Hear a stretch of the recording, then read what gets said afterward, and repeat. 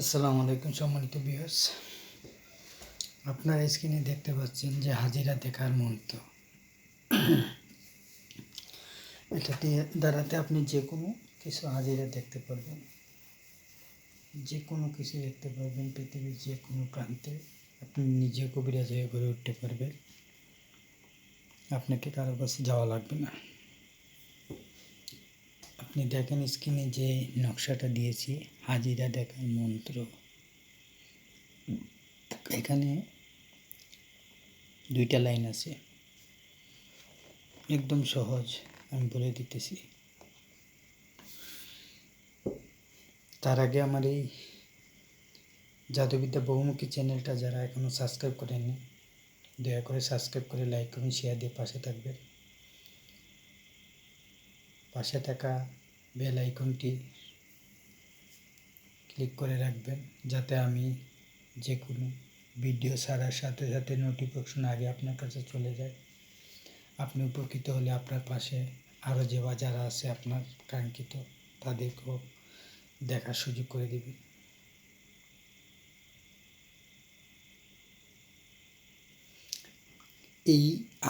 এই যে হাজিরা দেখার মন্ত্রটা, এটা করতে গেলে আপনাকে জাকাত দিতে হবে।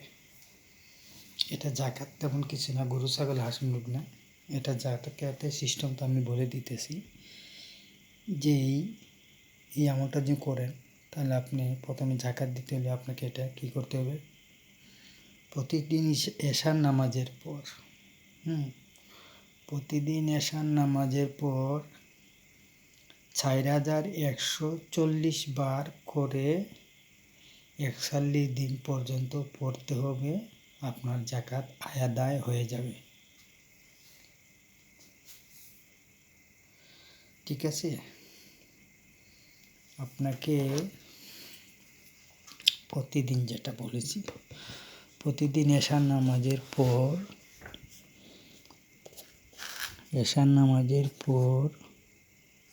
140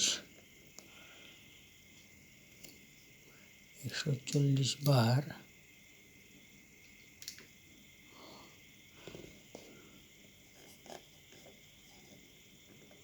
40 বার করে, ঠিক আছে, 4140 বার করে 41 দিন পর্যন্ত 41 দিন পর্যন্ত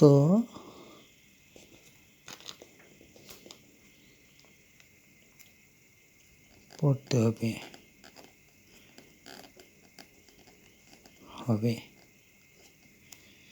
তাহলে আপনার জাকাত আদায় হয়ে যাবে।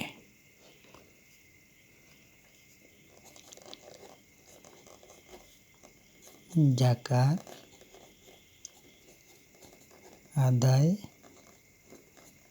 হবে। হ্যাঁ, আপনি কি করতে হবে,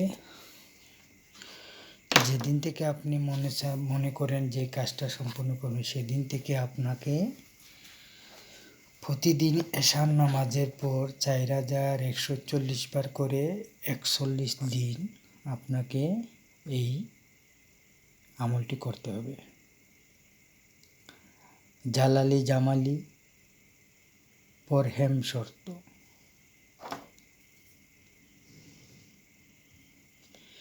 তারপর এটা যখন আপনার সাধনা হয়ে যাবে একদম, তখন কি করতে হবে, তখন যে কোনো প্রয়োজনে, যে কোনো বিষয় জানার প্রয়োজনে আপনাকে কি করতে হবে, একটা ছোট্ট বাচ্চার কাছে গিয়ে ওর চক্ষু বন্ধ করার জন্য বলবে। একটা ছোট্ট বাচ্চার চোখ বন্ধ করবে, ওরা বলবে যে তুই চোখ বন্ধ কর। তারপরে এই আমলটি আপনি 21 বার পরে ফু দিবে ওই বাচ্চার গায়ে, দিয়ে সাথে সাথে হাজিরা শুরু হয়ে যাবে, যার দ্বারা আপনার 100% সঠিকভাবে জানতে পারবেন। আপনি প্রয়োজন ওই বাচ্চাকে এশার নামাজের পর আপনি একটা আসন করে বাচ্চাকে বসাবেন আপনার পাশে। বসিয়ে আপনি রুমে লাইটগুলো অফ করে নেবেন। অফ করে তার চোখ বন্ধ করে আপনি যে কোনো বাচ্চা, এখানে তুলা রাশি হলে হবে না, ছোট নাবালক বাচ্চা, তখন কি করবেন, এই মন্ত্রটা 21 বার পরে আপনি ওই বাচ্চার উপরে ফু দিবেন। তারপরে ওরা জিজ্ঞেস করবেন, কি রে তুই কিছু দেখতে পাচ্ছিস, তোর চোখের সামনে কিছু দেখা যাচ্ছে? তখন সে এমনিতে এখানে মক্কেল হুজুর আছে, ওনারা আসবে, এসে সাক্ষাৎ করবে। তখন আপনি যা চাইবেন তার কাছে জিজ্ঞেস করবেন, সে তাই বলে দিবে। এটা 100% পরীক্ষিত। তো আমি আপনাদেরকে এই এটা আমি স্ক্রিনে দিয়ে দিব, দেখতে পাবেন, স্ক্রিনশট দিয়ে নিয়ে নেবেন যদি আমার ভাষা বুঝতে কষ্ট হয়। আমি এটা একটু পরে শোনাতেছি আপনাদেরকে।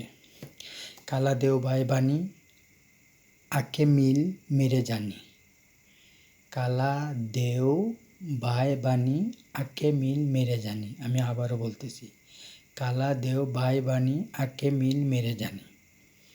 এটা যেদিন থেকে শুরু করবেন প্রতিদিন 4140 বার করে জপ করবেন এশার নামাজের পর।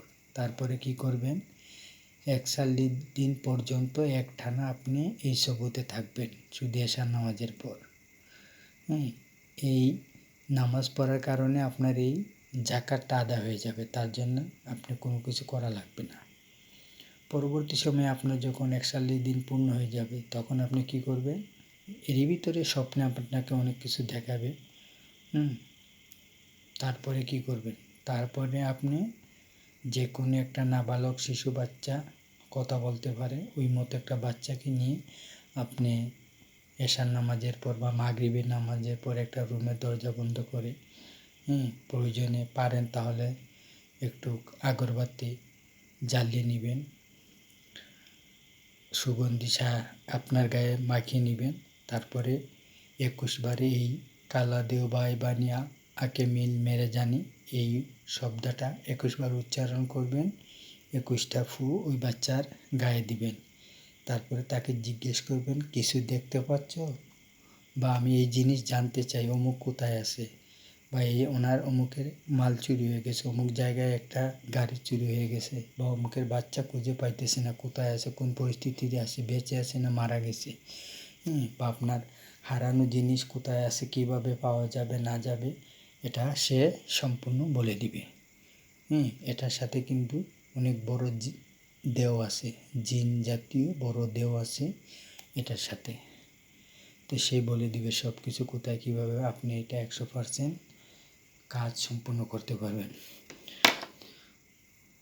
আপনার এই কাজ শুরু করার আগে কি করবেন, 10 জনকে অনুমতি স্বার্থে 10 জনকে আপনি শেয়ার দিবেন। কাজটি সম্পূর্ণ হওয়ার পরে সন্ধ্যার পরে 2টি মোমবাতি মসজিদ অথবা মাজারে জ্বালিয়ে দিবেন যেদিন থেকে কাজ শুরু করবেন। ধন্যবাদ, সবার সুস্বাস্থ্য কামনা করি, ভালো থাকবেন। আসসালামু আলাইকুম।